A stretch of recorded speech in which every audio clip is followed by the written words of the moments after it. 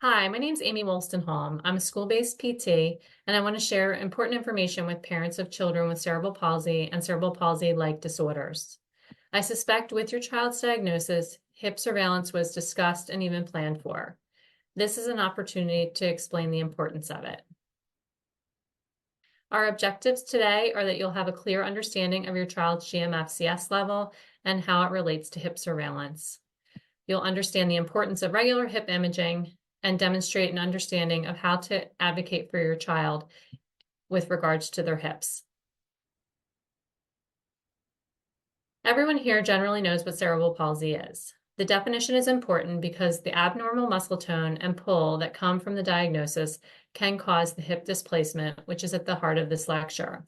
Cerebral meaning brain, palsy meaning weakness or impaired muscles, can be part of the body or the whole body, and it can be spastic or low tone.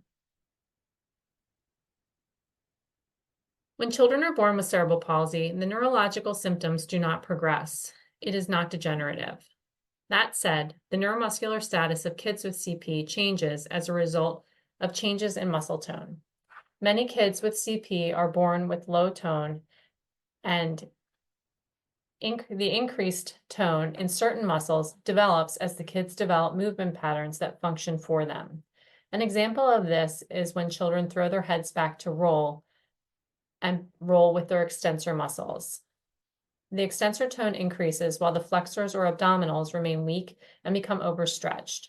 The roll is functional for the children, so they continue to do it and continue to perpetuate the overstretching of the belly muscles. Your doctor has classified your child based on the gross motor classification system. The level indicates the functional mobility of that your child demonstrates. The levels go from 1 through 5, with 1 being the most mobile and 5 being the most dependent. Your PT has likely included this in your child's evaluation or reevaluation report. Bear in mind, this is a physical descriptor and not an indicator of cognition. The importance of knowing the GMFCS level is that it helps to predict functional abilities as well as the potential need for surgery. Level 1 and 2 have a lower risk of need for surgery, as weight bearing and walking helps with the hips to develop. Levels 3 through 5 are at higher risk because despite interventions such as standards and gait trainers, as well as short distance ambulation, the hips are at higher risk for displacement. This chart indicates the trajectory of the GMFCS levels.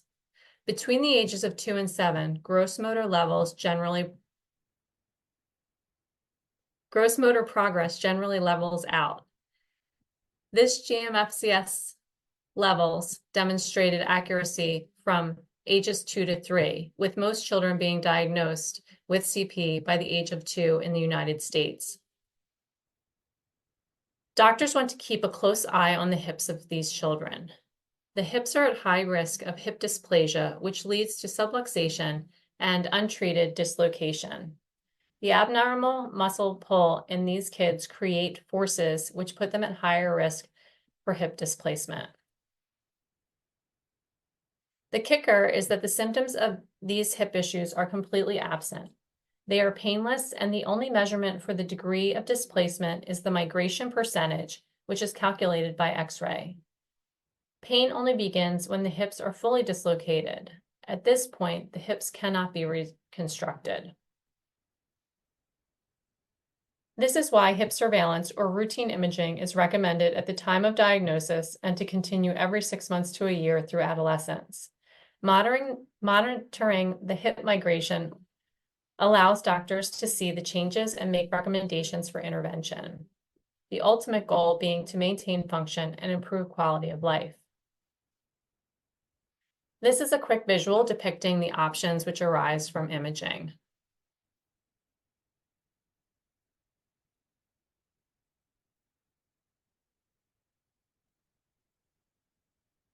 This may be a bit technical, but your doctor will let you know what percentage your child is showing. Surgical interventions are considered when the number is greater than 30%.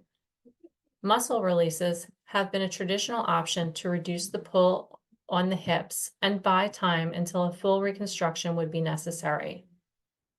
More recently, surgeons have been exploring proximal femoral guided growth.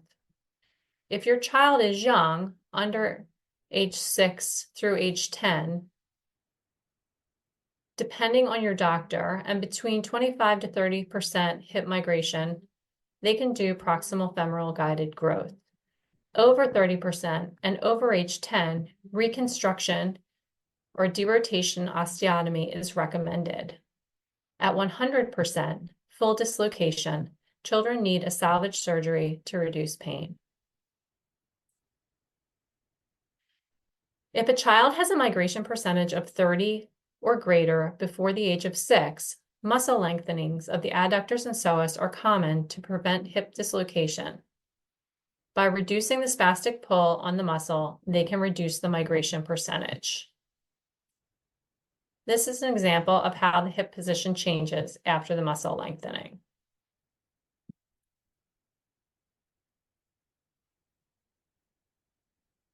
Proximal femoral guided growth, as I mentioned earlier, is a newer option for children and has shown success in preventing the need for the derotational osteotomies later in life.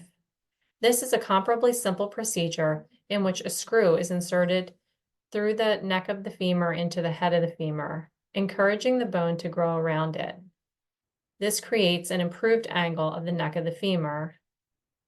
This also reduces the potential to sublux. It has been shown to be more effective than muscle releases in reducing the need for surgery.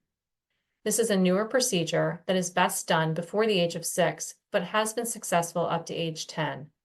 Students who fit the criteria would carry a GMFCS level of 3 to 5 and be between the ages of 4 and 10 and have a hip migration of 25 to 50%. The earlier the better for this procedure.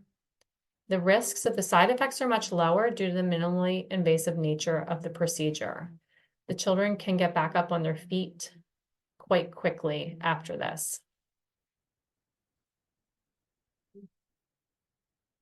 The derotational osteotomy is typically done after a hip migration percentage of greater than 30 degrees has been noted.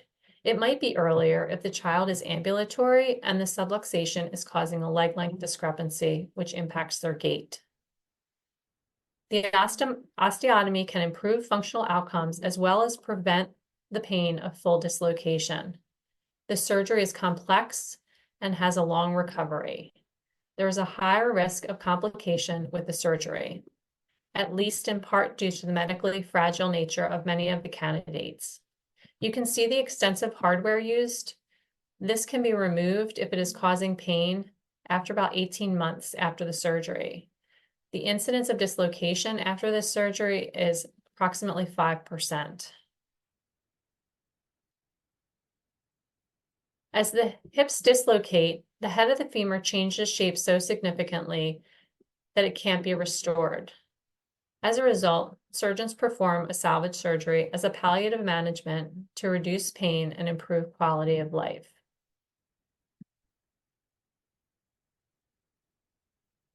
This session was to focus on the need for hip surveillance for prevention of dislocation.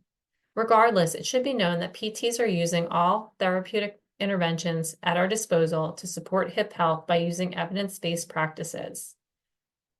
When students have CP, therapists are quick to add a standing program to their school day.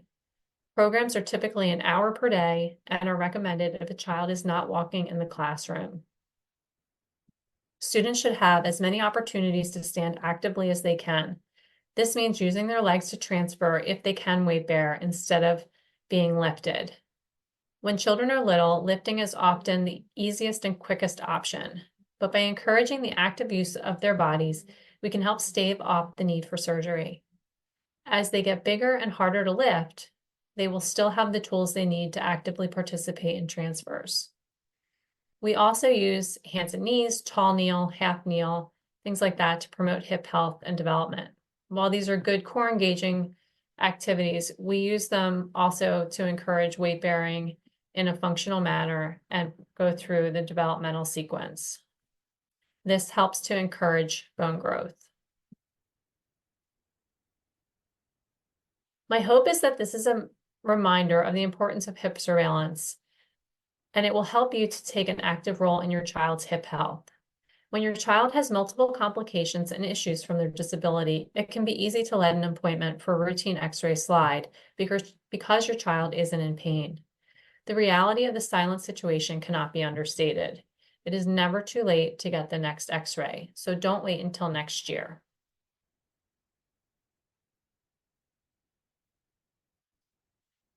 Despite knowing the benefits of hip surveillance and clinical guidelines recommending them, the parents are the key players.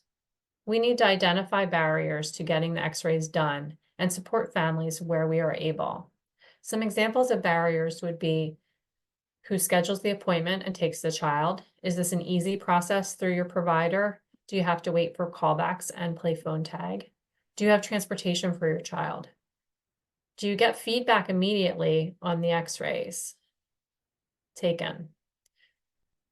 Do you have a chance to ask questions about what the x-rays mean? Do you know what your child's migration percentage is? Does your child need sedation for x-rays? The last point I have is to encourage the use of the Hip Screen app. This is a free app and it clearly walks you through finding your child's hip surveillance schedule using their GMFCS level. If you are still unsure of your child's GMFCS level, please contact your therapist. I appreciate your time, and since this is a video, I've left my email here. If you have any questions, I would love to hear from you and to get some feedback. I have my references here. And my last slide is a survey. I'm hoping that you'll be able to fill this survey out for me, as I am using this information for my doctorate of physical therapy at Arcadia University. I am doing some research on this. Your survey results will be anonymous, but I am interested in finding out if this information was helpful to you. Thank you so much for your time, and please fill out my survey. Thank you.